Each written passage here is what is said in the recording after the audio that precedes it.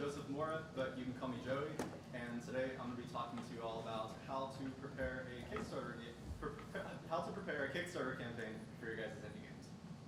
So a little bit about me, and a little bit about my background. My name is Joseph Mora, but you can call me Joey. I'm a graduating senior at East Tennessee State University, and I specialize in level design and game production. I have about 4 years of studying game design with 2 years of industry experience, and I am now a beginner entrepreneur and I started up my own game studio about a little over a year ago, and I'm creating an adventure platformer game titled Chiaroscuro that I ran a Kickstarter for a little over a year and a half ago. And so a little bit more about my project and the Kickstarter that I ran for it. This is my project. It's titled Chiaroscuro. It will be releasing on Steam for Windows and Mac in 2024, and it is a Metroidvania game. In October of 2020, I ran a Kickstarter for this game with a goal of $15,000. In 29 days, I raised over $17,000 for the game. And I did this in my sophomore year of college.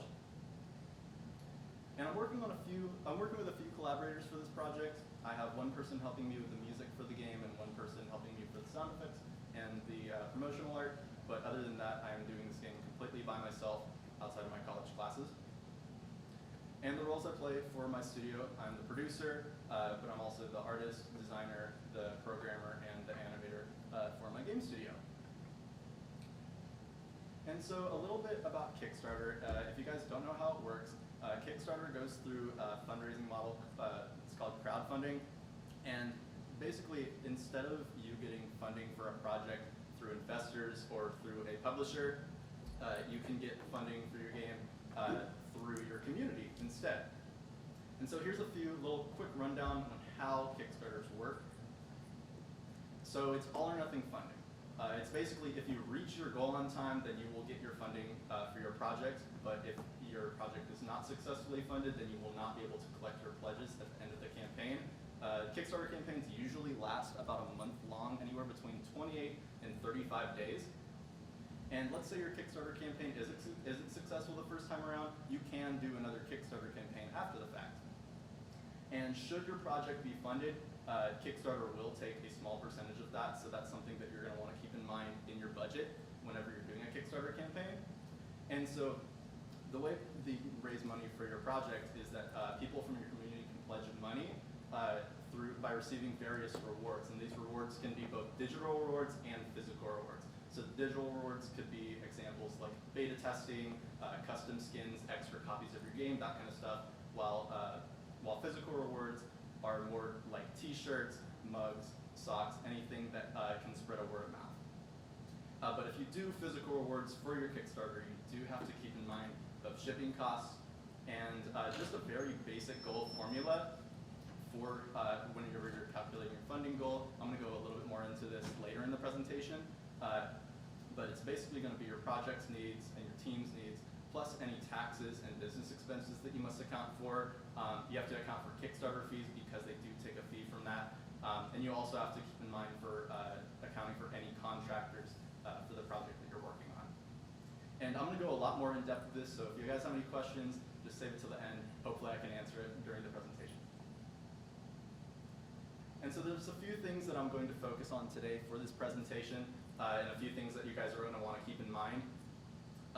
These are questions that I wish that I had an answer to when I first did my Kickstarter, so hopefully this can be insightful for you guys. The questions that I'm going to be going over today are, 1, should you make a Kickstarter campaign? How should I do my research? How should I build an audience? How should I pick my funding goals? How should I prepare backer rewards? How should I arrange my Kickstarter page? And when should I launch my campaign?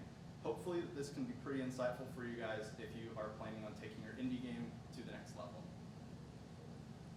So the first thing that I'm going to be going over today is, should you make a Kickstarter campaign?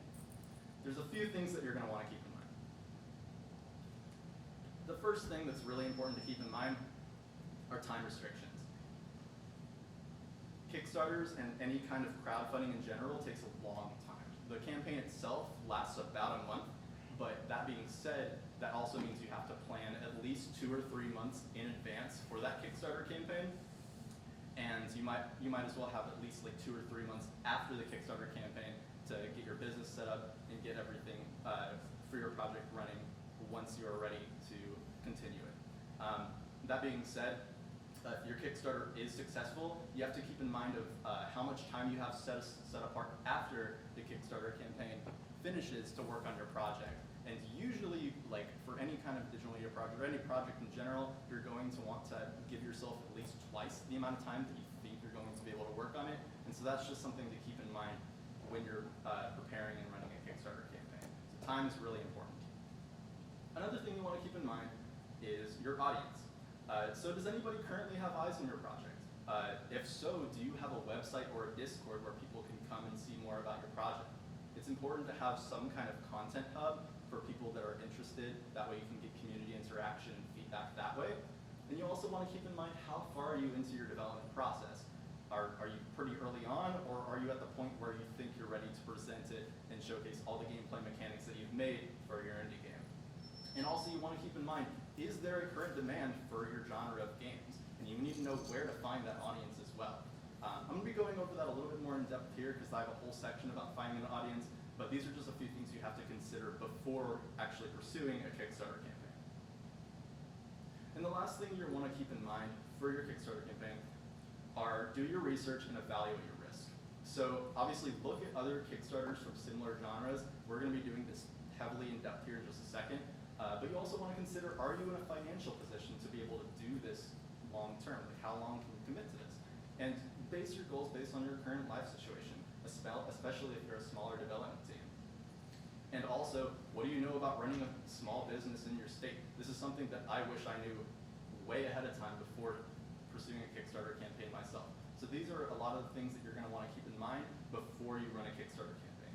However, if you answered a good thing for each of these things, then I think you might be ready to pursue a Kickstarter campaign for your game. And so the second thing that I'm going to be talking about is how should you do your research. This is a really important one because the main thing that you're going to be able to do your research is to look back at other previous campaigns. It's basically like looking back at history. You want to refer to both successful and failed Kickstarter campaigns. And you want to take note of a few different things. One, their funding goal and how much or the day that they were funded. You want to keep in mind of the presentation of their information on their page. You want to keep in mind of any visuals or GIFs that helped people draw their eye to the campaign page. You want to keep in mind of rewards. What kind of rewards are they offering for people that are willing to pledge to their Kickstarter campaign? And you also want to keep in mind of the consistency of their Kickstarter updates throughout the month of their campaign. And this is something that's actually pretty important, and we're going to be going into this pretty in depth here in just a second. So the first Kickstarter that we're going to be looking at is a Kickstarter called Flynn Son of Crimson. This was a Kickstarter that was successfully funded in 2017. It had a $40,000 goal and managed to raise over $63,000 by the time the campaign finished. They had up to over 2,400 backers with an average backer pledge of $26. Now I'm not going to be going in depth with every single one of these numbers for each of these, but I want you guys to see the correlation with each of these as I go on. And these are all specifically focused more towards the 2D platformer adventure games because that's mainly what I researched. So these are some of the campaigns that I personally looked at before I did my campaign. And so the way in which they sorted their information is also really important. The first things they showed off were the gameplay at the start of their campaign, then they talked about their story, and then their world. And those three things can be kind of interchangeable depending on what your project is about and what you're trying to highlight in your project. But the main three things after the fact are usually what you want to have consistent. So you want to talk about the creatives of your project, like what brought people to it. Was it the music? Was it the art? Like what draw people to your campaign like initially? And also, like, what rewards are they offering? Those things that you want to keep in mind. And you want to also talk about your development process. Be transparent about what you're going to be using the funding for after the Kickstarter campaign is finished, and talk about the development of the game after the fact. And that's basically what they did here. And within their 28 days of their campaign, they posted 14 updates, which means they posted a Kickstarter update about every other day, which is pretty consistent. And so if we look at their funding graph, I received these Kickstarter statistics from KickTrack. It basically just checked to see what let me collect my thoughts. This is basically a website you can use to track the data from these Kickstarter campaigns and see like how they did throughout the month of the campaign. And so the first thing you want to note is there's a few trends that I want you to keep in mind while we look at these graphs. The first of which is how they have a very strong start and a very strong end. That's usually when people are going to have your eyes on the Kickstarter the most, is when the campaign just starts and when it's about to finish off. And the time in which the Kickstarter will get the least amount of retention is during the third week of the campaign. So as you can see about like right here, this is a bit of a dead area, and that's where a lot of these Kickstarter campaigns will throw out their trump card to get a little extra eyes on their project.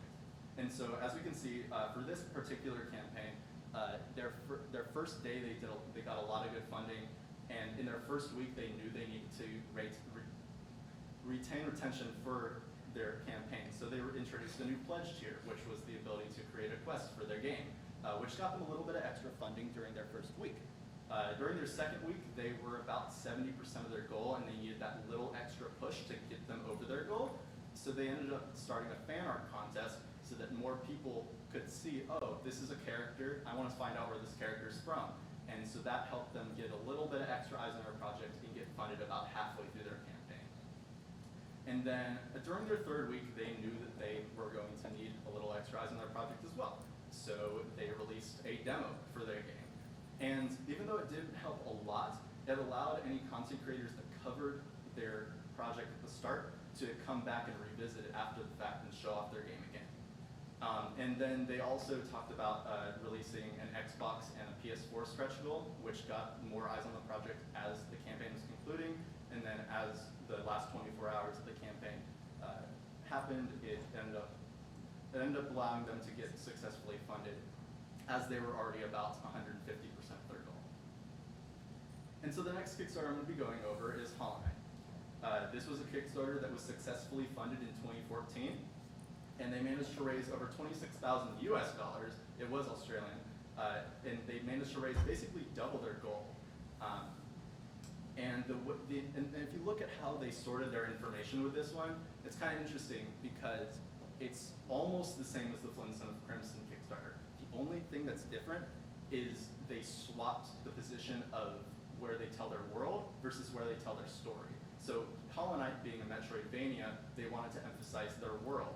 And so rather than talking about the gameplay, story, then world, they talked about their gameplay, world, then story. But everything else after that fact ended up staying about the same. They talked about the team that worked on the project, they talked about the rewards that they were offering, and then they talked about their development process and how they were going to use their funds after the fact. And they were actually very consistent with their updates. They managed to do 24 updates in 30 days, which is about 6 days a week. So if we take a look at their funding graph, they did a very good job for their first day.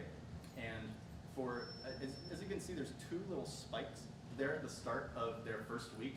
That's because in one Kickstarter update, they introduced a new character, and then in the next Kickstarter update, they introduced a new ability.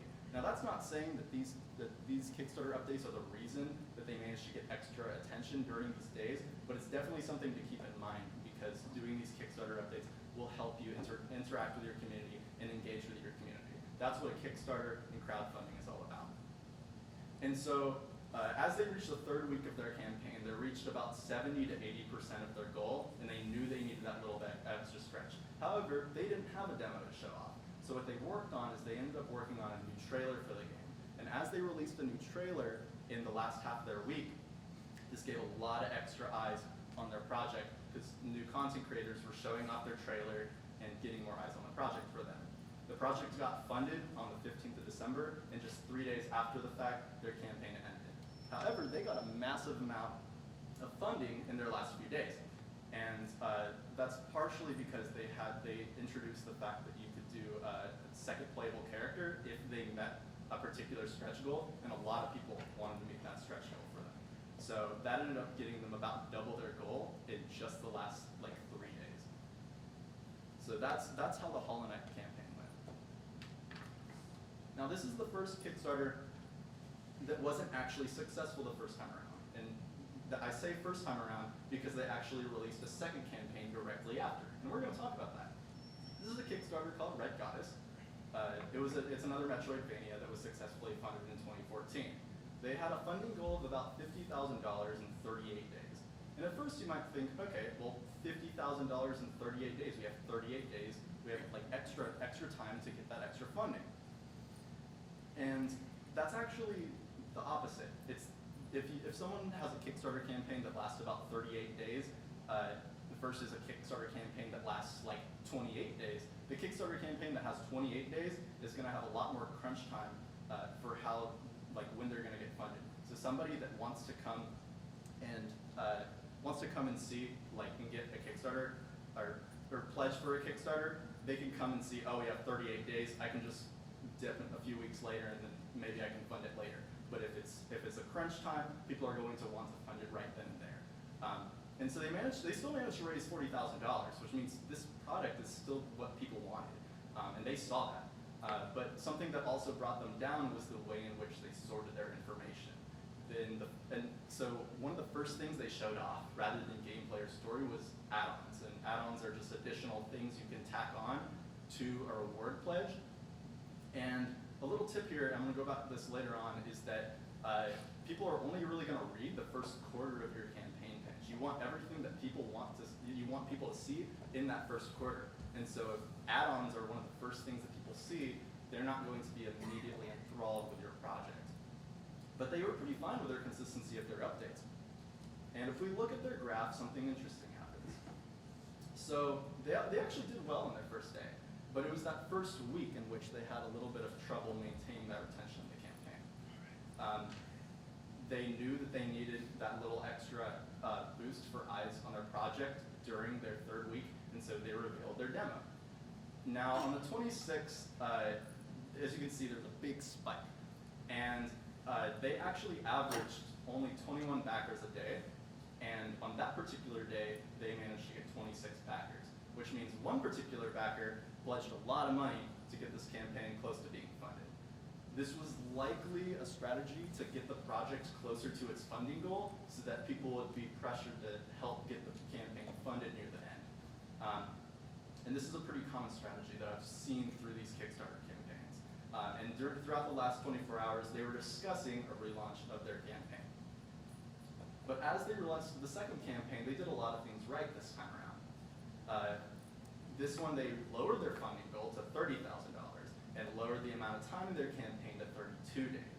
This gave them a little bit of extra crunch time, and they managed to raise more money than they did the first time around. And they also swapped around the way in which they sorted their information. So they put the add-ons at the end this time, and then showcased all the things that they wanted to show off and shine more at the start. And this definitely helped them out in the long run. If we look at their funding, they got a lot of funding in their first few days. And part of this had to do with community interaction. It's because they had ran a Kickstarter campaign previously, people wanted to see this project funded. And so that being said, their first day, they managed to get basically 60 to 70% of their goal. And that's huge. That shows how important community interaction is for a project. And they managed to get funded about halfway through their campaign. And that being said, they were already well over their goal by the time the last week of the campaign hit. Now, as they hit the last part of their campaign, someone that pledged a lot of money at the start of the campaign happened to drop their funding goal because they probably saw, okay, they don't need this funding anymore because they've already hit their goal. So as long as you hit your goal before the campaign ends, then your project will get successfully funded. And that's likely what a backer saw to try and help them out. And so a few things that you want to keep in mind, and some of the similarities with these campaigns, is one, successful campaigns had prioritized their information layout, and they had also had structured and consistent updates throughout the month of their campaign. They had also built a community ahead of time. This was really important, especially for the second time around for Red Goddess. And most of them had a pretty strong start and a pretty strong end, which is something that I brought up in the first statistics that I was going over. And most of these successful campaigns actually had a shorter campaign limit, as I was going over. And so I'm going to show you guys how this worked out for me. So this is my campaign. This is Chiaroscuro, successfully funded in 2020, and it is also a Metroidvania. I went for a $15,000 goal because I'm doing it by myself, and I ran this in 29 days, and I managed to raise over $17,000 for the project. I only had 10 separate pledge tiers. That way people didn't feel overwhelmed to fund my project, and that way I can give them a decent amount of options without it being like, oh, there's so many different options I can pick from.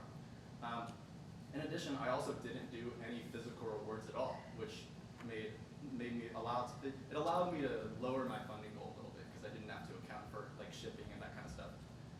And the way I presented my information was the story of my game is really important, so I showcased the story first, then the world, and then the gameplay. And then at which point I talked about the team that's working on it, the creatives of the project, like the art, the music. Then I talked about like the rewards of the project and the development process after the fact and showing how I'm going to be using the funding. And then I also did an update about every other day, and that worked out in my favor. And a lot of these trends that I was just talking about actually happened during my Kickstarter campaign.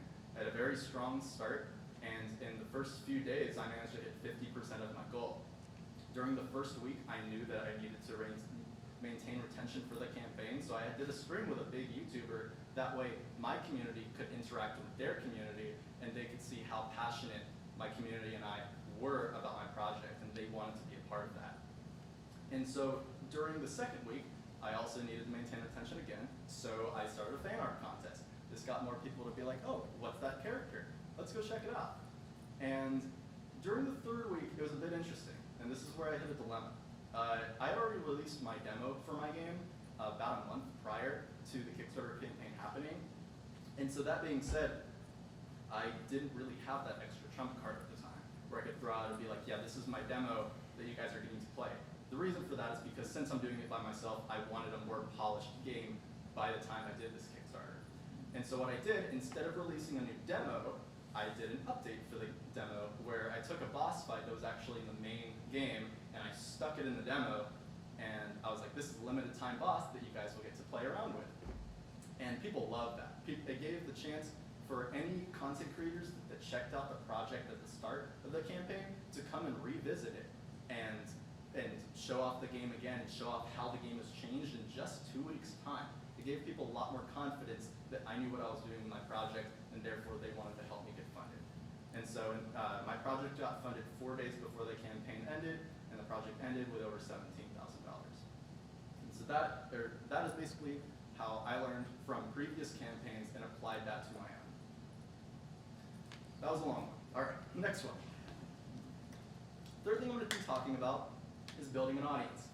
Probably the second most important slide section that I'm going over here. So when it comes to building an audience, you want to show off your work. And there's a few ways you can do this. Mainly on social media, there's 2 really good opportunities where you can show off your stuff for your game. On Wednesdays, there's Wishlist Wednesday, where you can be like, hey, wishlist my game, and you can give a slight pitch, and people will be interested. And you can also do the same with Screenshot Saturday, but Screenshot Saturday is more for in development posts rather than like hey, come wishlist my game.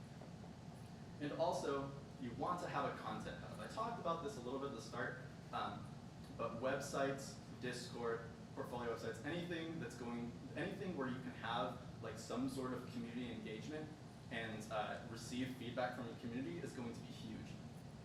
The main way that I was able to gain some sort of community or some sort of interest group in my game was through personally interacting with my community members. If I received a piece of feedback from one of my community members and it was really good, I mean, I wanted to entertain that idea, so I try it out. If it made my game better and I applied that to the main game, that community member would see, oh, I just made a difference in this project. I want to keep doing that. And so if you are receptive to feedback and you entertain the idea that their feedback could make your game better, then that's going to get people to be way more interested in your project after the fact. So personally interacting with community members, especially really, really early on, is key. In addition, show off your stuff.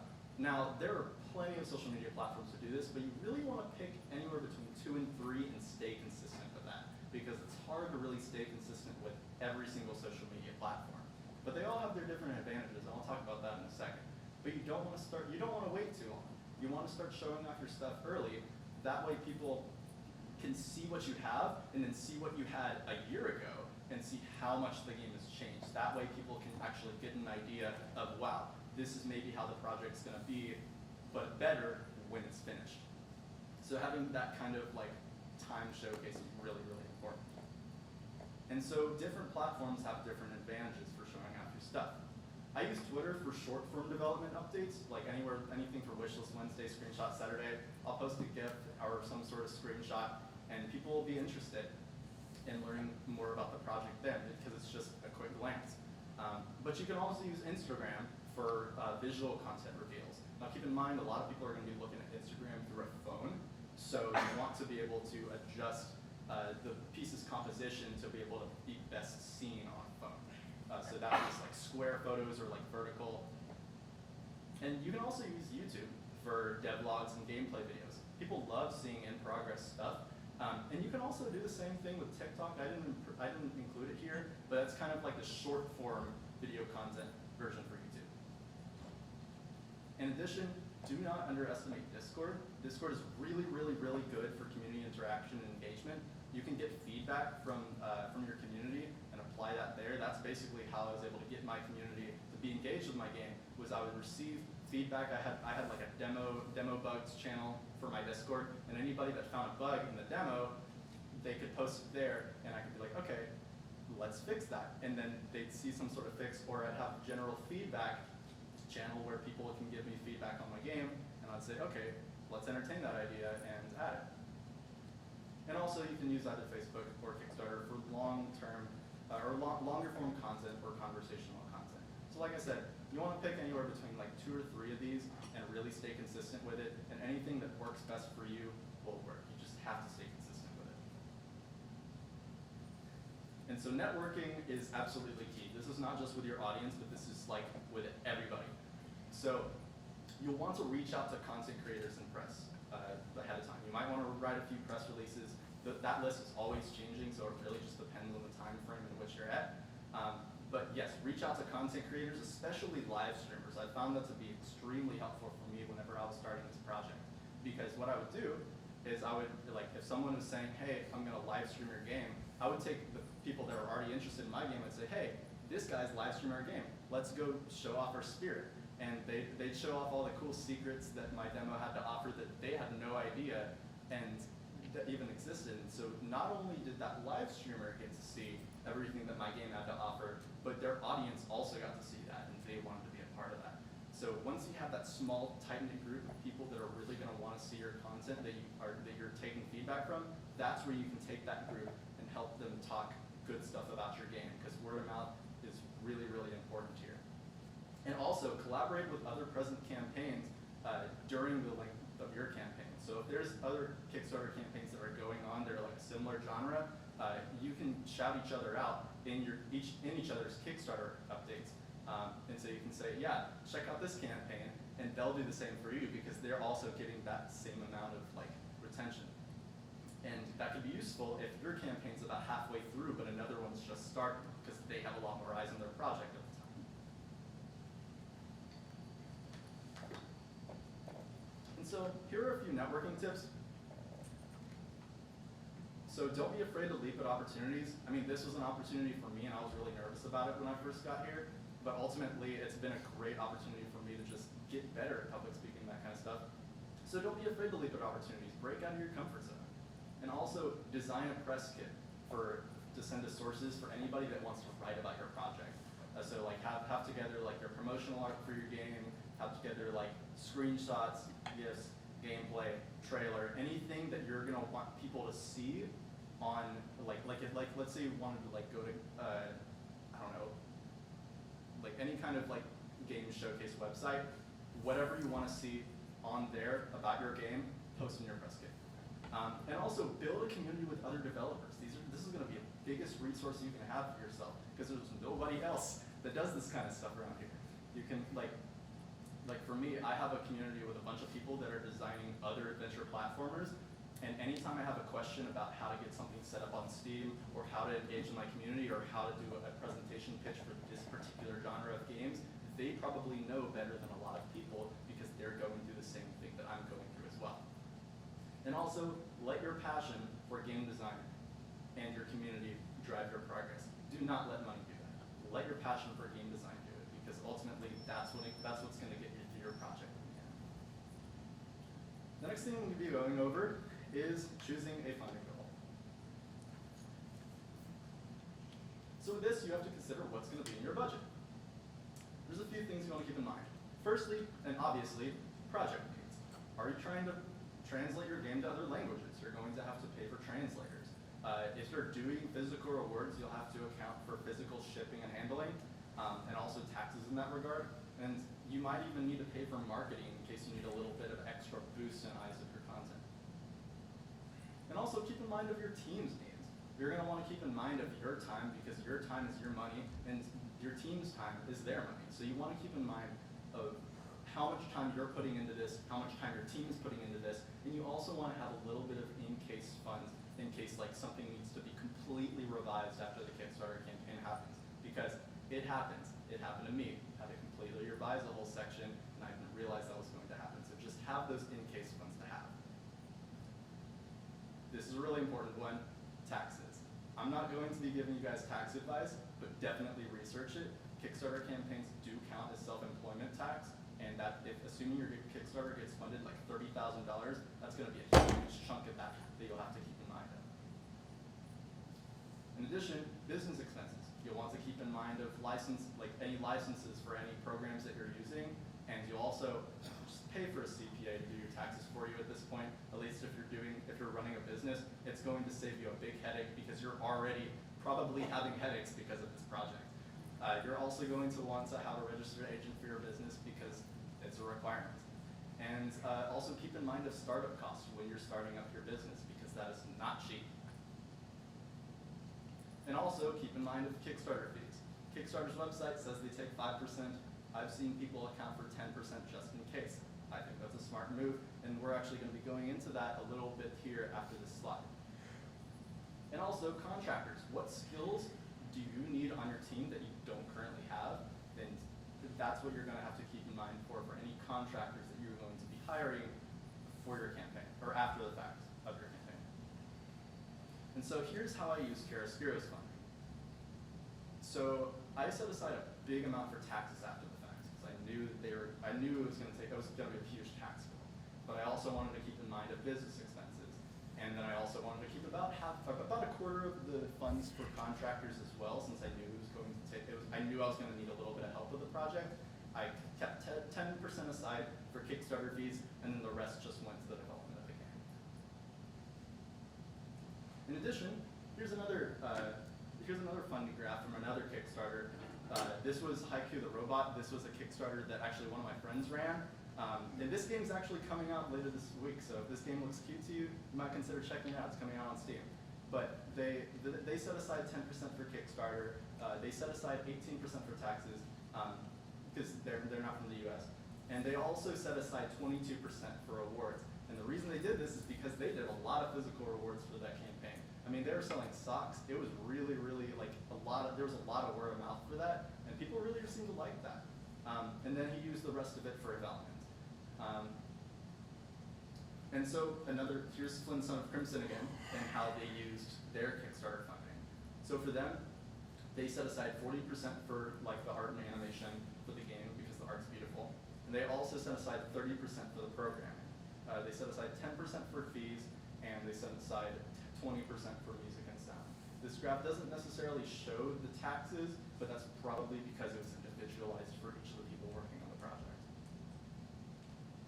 In addition, there are stretch goals. Assuming that your project does get funded before the campaign ends, you have the opportunity to get extra funding by advertising stretch goals. So they're basically high effort, high risks. And they're not necessarily expected to be achieved, but it encourages growth and it encourages you to break out of your comfort zone. And so here are a few of the stretch goals that I had going for Chiaroscuro whenever I did my Kickstarter campaign. The one stretch goal that I did manage to hit was the extended demo, which later this fall I will be releasing a new public demo for my game. So anybody that's interested in playing that for free, it's going to be out later this fall. But that was one of the stretch goals that I managed to hit. But I also had planned to translate the game to Spanish and German. I had planned to do a boss rush mode for the game, and I also planned on doing a DLC area as well. So people were really excited about that kind of stuff. And then, here's also some of the stretch goals that the Flynn Son of Crimson Kickstarter did as well. They had a goal for PS4 and Xbox release, which people seem to really, really want. And they also had an idea for a boss rush mode, which they also managed to get. But something to keep in mind with stretch goals, though, is that only reach for stretch goals that if you know you can fulfill them. So you don't want to be like, I'm going to release my game on Switch if you haven't contacted Nintendo, because you need that kind of, you need to have some sort of okay from whatever you're trying to do to make sure that you can fulfill that. If let's say you get funded and you promised that you can get the game on Switch, but you never got the okay from Nintendo, then you better wish that you get the okay from Nintendo. And so number 5 that we're going to be going over is preparing backer rewards. And so the first thing I'm going to go over is digital rewards. So, pro of digital rewards is that you don't have to account for shipping. And that is the main reason why I did not do physical rewards with my particular campaign. But the cons is that in-game rewards may take longer to fill and can lengthen your development timeline. Remember, time is money. You want to keep in mind of that whenever you're doing these in-game rewards. So some of the best digital rewards that you can offer are beta testing, because beta testing gives an opportunity for 1, you to get feedback on your game, but 2, it gives people an opportunity to give your game more exposure before release. The concept art book, people love being able to refer to the art in games because that's usually what draws people. You can also showcase a digital soundtrack for a game, but some of the in-game rewards that I was talking about are going to be like character and boss design, maybe an enemy design, maybe a town design, something that's going to take a little bit of extra time to implement. So with these in-game rewards, you do want to price it a little bit higher. In addition, here are some of the physical rewards that you can do. This is a little sculpture that I did for my game, but I didn't end up selling this on Kickstarter. For the pros, they are really, really, really useful for word of mouth. So this is like t-shirts, posters, figurines, mugs, anything that's physical that people may want or show off, that's really valuable. But the cons is that you do have to account for intercontinental shipping and taxes, which for the weight of each item can be a lot of extra time that you have to invest in the research process. And you also have to account for that in your budget when you're doing a Kickstarter campaign. And also, when it comes to pricing rewards, there's a few tips that you might be able to go for. Start by deciding how you plan to price your game. This is going to be different for every single game, so I can't tell you how to price your game, but you're just going to have to look at how other people are pricing their games in the genre that you're going for, and also how do they price it on their Kickstarter campaigns as well. And you also want to keep in mind that physical rewards should be priced higher than most digital rewards. The only exception is in-game rewards. In-game rewards should be probably the most expensive because they lengthen that development timeline and cause you to put in extra time into your project. And like I said, refer to other Kickstarter campaigns. There's also, you can also do early bird rewards, which encourages people to want to pledge the project early. It's basically just a discounted tier of whatever tier you're offering. Like I said, it encourages people to help fund the project earlier rather than waiting until later. And then there's also add-ons, which are just things that you can tack on to people's pledges after the fact, in case there's something small that people want that wasn't included on one of the previous pledge tiers that you offered. The 6th thing that I'm going to be going over is designing the campaign page. So for the start of the page, you want to basically have anything that you immediately want people to see. Like I said, people are only going to read the first quarter of your campaign page usually, so you want to have buttons for your Discord, your demo, your website, for Steam, anything like that. Anything that you want people to be able to just click and see and go to check out your project. Project thumbnail is also really important. A huge percentage of people that are going to be coming to your Kickstarter campaign are usually coming through the Kickstarter homepage. And so if you have a striking thumbnail in comparison to the rest of the Kickstarters that are there, people are going to feel more inclined to click on your campaign. And also, your page trailer is really important. You don't want to have like 10 to 20 seconds of just black screen or nothing that's interesting, because people are going to want to be immediately engaged in your campaign when they see that. That's the reason they're there. I learned that the hard way. And also introduce your game and showcase where your game shines first. This is what I was talking about. Either talk about your gameplay or your story or your world. Include all those three things and you should be good to go, but it really just depends on what you're trying to shine for your game. In addition, if a big content creator showcases like a review of your game or a review of your demo and talks about like wanting to support your game on Kickstarter, see if you can get their permission to showcase your video on their campaign page, because that's ultimately going to get you extra eyes on the project, and it's also going to help them out because it's going to give them a little extra exposure as well. And near the end of the page, you'll want to introduce the team responsible for the project. You'll want to consider adding an event calendar for anything that's going on in your campaign, maybe like a fan art contest or a new boss reveal, or anything that you're doing to help maintain retention. You'll want to have that on your Kickstarter calendar. You also want to showcase the different works that are offered, and maybe have cool visuals for those, because people are going to want to see that. Also, break down how you're going to use that campaign's funds after the fact, and be transparent about it, and go over the possible risks and challenges after the fact as well, so that people know your credibility. And have pretty visuals. No one's going to want to see just a block of text when they're reading through a Kickstarter campaign. They want to see things that are moving. They want to see things that are really interesting to look at, striking visuals. And also, like I said, have that press kit or email list. Email is like one of the best ways to reach people whenever you're trying to get people's eyes on your game.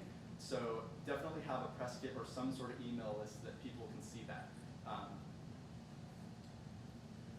And so plan ahead of time. This is really, really big, really important. Plan your Kickstarter updates ahead of time. Plan them for like every other day. That way people can know. That way people can like stay retained over the course of the campaign. And also find content creators that may be interested in your project whenever it launches. So if you see someone that usually does like reviews of a certain genre of game, you might consider reaching out to them and saying, hey, like I have a demo out. I haven't revealed the demo yet, but if you want to play it early, then here's how you can do it, and they'll help you promote your campaign in the first and ending parts of the campaign. And also, like I said, promote your campaign on any of the social media platforms that I went over, like Twitter, Facebook, Reddit. Reddit has a really interesting kind of like no advertising policy, so kind of be careful about that. But the rest of them, go in. And the last thing I'm going to be going over is launching the campaign. This is pretty simple, but pick a time of the year that won't be interrupted by a major holiday or project release. Project release happens. People reveal their stuff as Kickstarter campaigns go on. That's just something that happens. But try and keep your campaign out of the way of a major holiday. That way people can see your campaign and not be busy with something else. And also try to have at least 1/5 of your expected backers following your campaign page before your release. You can do a pre-launch page where people can follow the campaign and get notified whenever you launch. And so that's what you want to have before your campaign is launched. And also make sure your community knows that you're launching this ahead of time. That way they can help you on your first and last day of the campaign. And so these are the things that I wish that I knew, or wish I had known ahead of time and done earlier. One, I wish I had done a lot more business research before I did a Kickstarter campaign, because that would have helped me out in way more in the long run. But you live and you learn. In addition, you want to have at least, I wish I had like 1 or 2 extra months to plan my Kickstarter campaign in advance. Me being a full-time college student, I don't have a lot of time to do that. But if I had maybe a month or so of extra time that I could have sat down and really planned out all these different things, then it could have gone a little bit better too. In addition, I also wish I had waited until a little bit later to do my Kickstarter campaign. And this is going to be true for anybody that does a Kickstarter campaign. They're going to wish that they had done this a little bit later or waited a little bit later. That way they can have more stuff to show off in their demo. Because once your Kickstarter's out there, that's what people are going to think about whenever you mention your game. And so the way that I see it, your community is going to want to be involved, so I say let them be. And so that's it. I hope you all learned something new from this. You can find me at blackberry-studio.com. That's my company. If you're interested in wishlisting Chiaroscuro on Steam, there's a QR code there. and you can also find me on LinkedIn and ArtStation as well. So I'm now going to open up the floor to any questions that you all may have. In the back? So you said that you initially showed off the story for your game? Yep. But isn't your game also a Metroidvania? It is. So I guess it really just depends. So the question was, I showed off my story first, but it's a Metroidvania, so should I have showcased the world first? That actually is a good point. I probably should have, but at the time, my environments weren't necessarily ready to be shown off. That's why I said I wish I had waited a little bit later. But I was way more invested in showcasing the story of my game, and so I showcased the story of the game first. But ultimately, it's really just what you think is going to help your game shine. Whatever you think is going to catch people's attention ahead of time, that's what you want to focus on. Yeah? How do you budget your time between like development stuff and then business stuff? That's a really good question. His question is, how do you budget your time between like business stuff and development time? Ultimately, that's something that you're going to have to feel out. If you are new to starting a business, it's really just something you're going to want to set aside as much time as possible for researching and learning that particular thing. And especially, I mean, me as a full-time college student, I would have to balance all that, plus the development of my game, plus my college classes.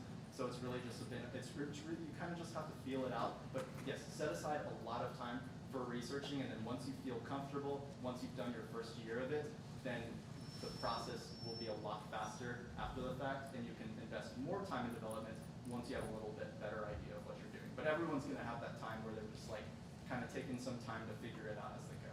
You? Adding on to that, how are you personally managing doing game development, but also school, and then adding on to that, did you have any issues with your school and the ownership of your IP? I didn't necessarily have any issues with like managing my IP, just because my game's a little bit smaller, and I already have my own studio, so it wasn't necessarily a problem. I've already been showcasing my game for a long time, so people know it's me. But balancing my classes alongside this was exponentially challenging. Like every single time that I think it would be easier, it would just get harder. However, it was kind of one of those experiences that once you kind of, I'm trying to think of my words here. Once you kind of get in the groove of it, it gets a little bit easier. It's one of those things where you have to be exceptionally passionate about what you're doing, or else it might not be the best thing for you to do to run a Kickstarter campaign. So it's like I said, let your drive for your game and your community drive your progression of your game, rather than just like the idea that your game can get funded. Because your game can get funded on any kind of way, through a publisher or investor. But managing time between school, one of the things that I did that helped me out was I have an independent study where I focus on developing my game during my college classes, and I've learned that I get burnt out really fast if I'm working on really boring stuff while I'm doing my college classes. So during my independent study, I have it lined up so I can work on fun stuff like designing characters, designing boss fights, things that are going to keep me engaged while I'm dying from schoolwork is going to help me a lot throughout the process. So, one question I have is, you mentioned the business side of it, like taxes and how the heck am I taxed for this, and like the business license and everything. I have a thought, so I'm getting into the indie development business, but I've been a finance business person for 10 years, so I know about that kind of stuff. In your opinion, as someone who didn't know about it, is that, if you had the option to pay someone a certain amount of money to handle all of that for you, would you have been interested in something like that? I'm going to repeat the question so that people can hear it. If you had somebody that could help take care of a lot of the funding stress, would you do it? Yes, absolutely. If you are a full-time developer, and also, in addition, if you're also doing college stuff, you don't have the time to be stressing about like taxes and all this kind of stuff. Like I said in preparing for your budget, as far as business expenses go, definitely hire a CPA or accountant or whatever, just to take care of that.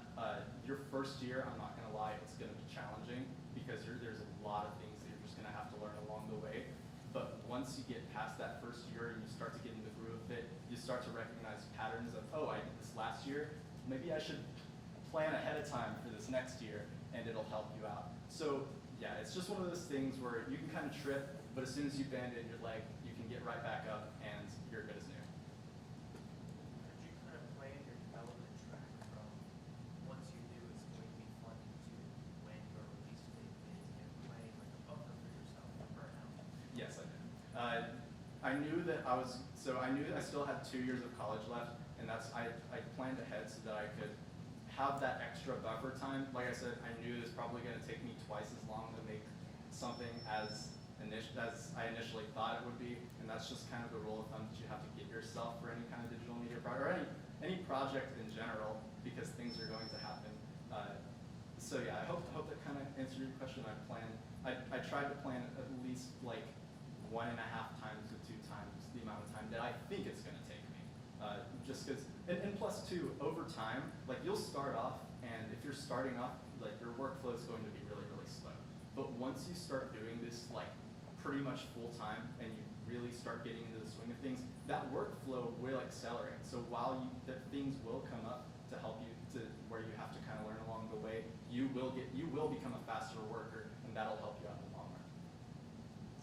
In your research of Kickstarter campaigns, did you find that campaigns that had stretch goals got considerably more pledges, such that even if your game maybe doesn't really need those stretch goals, it's worth it to have them for more pledges? So something I learned, at least like from other Kickstarter campaigns and when I was researching them, people didn't really actually showcase their stretch goals until they were maybe about 80% funded. So it was just one of those things where it's like once you get closer to that funding goal and you need that extra push to get you funded, that's when you say, hey, these are the extra things that I can try and accomplish if the game gets funded, or if the project gets funded. So it's kind of just like having that kind of buffer time, and knowing your audience and seeing what kind of stuff they would like. But you don't want to showcase your stretch goals at the start of the campaign, because that's just you expecting the project to get funded. You don't want to expect your project to get funded necessarily, but you want to be able to drive with your community and have that kind of engagement so that after a fact you can feel confident in your work. And then once you get to that like last stretch and you need that extra bit of funding, that's when you can show off and be like, this is everything that I have planned for you guys. It's something completely new that they're willing to see, and that's gonna encourage people to want to help you fund the project. Did you do any marketing prior to how much time did you give yourself to market everything before the Kickstarter campaign? So I started marketing my game. So I launched my Kickstarter campaign in October. I started marketing my game in April, and so I started marketing the campaign about July. I really wish I had started a little bit earlier to market the fact that I was doing the campaign. And like I said, that's also why I wish I had waited a little bit longer too. That way I'd have more content to show off. But at the same time, I mean, you kind of live and you learn. And over time, like, the more eyes you can get on your project before the fact, the better. Like I said, probably about 1/5 of your backers following your Kickstarter campaign before it's released is what you're going to want to kind of go for. And obviously, more backers are going to pledge more than some, so it's really just something you kind of have to feel out. But at the same time, you want to try and do as much like prep work as possible. That way, you can kind of expect what's going to happen.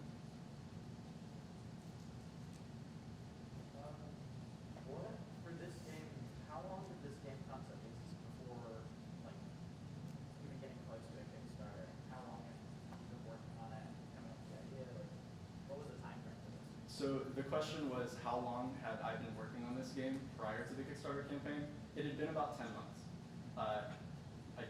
That's why I wish I had waited a little bit longer. The Haiku the Robot Kickstarter that I went over, they were in development about a year before they did their Kickstarter. So it's really just one of those things, like once you have enough to where like people know that your project is something that they want to invest in, or if it's to the point where like you're being receptive to feedback and you have a good amount of people that are going to want to evangelize your game, that's when you know you're kind of ready for it.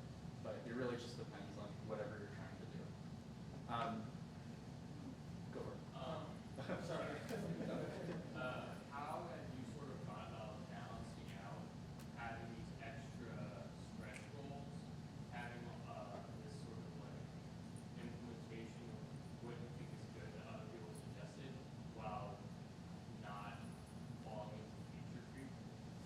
That's a good question. So his question was, how do I go about like adding these stretch goals and considering stretch goals without going into like feature creep and scope creep? Think about things that aren't necessarily going to add a lot of content to your game, but think about ways that you can expand the community of your game. So that's why one of my stretch goals was translating the game to Spanish and German. I did not necessarily adding a lot of new features, but it's the fact that I'm still growing that community. And also, as far as the boss rush mode, I would have already had all of these bosses coded into the game, so it really just would have been a whole concept of just like throwing them together into a part of the game. So when you're planning out your stretch goals, you want to think about what's not going to add too much to the development timeline. But if you go really far over your goal, then you can probably get away with adding like a new DLC area, because at that point you have that extra content. Anybody have any more questions? Oh, nothing? Okay. Go for it. So the example we had with the failed campaign, Mhm. where they actually relaunched, well, do you know how they basically did that? Re-engaged the community, and what was their campaign difference in terms of like that successful? So the first, that's kind of why I went over and showcased them, is that like the first time around, they still managed to raise about $40,000. So they knew that they could make that goal. And they knew that at that point, by the end of their first campaign, that they had a community that was interested in what they were trying to do. So as soon as they literally immediately launched that second campaign, to where they knew that all these people were waiting to help get their project funded. And because it was the second time they had launched their campaign, their community wanted to make sure that they got that goal. And they learned from that. What was the time difference from the first campaign to the second? It was literally like a month. It was a very short amount of time. So that's why they got a lot of funding at the start of their campaign. That's because like a lot of people were waiting in anticipation to help get them funded. And there was another guy that had a question. Go for it. Yeah.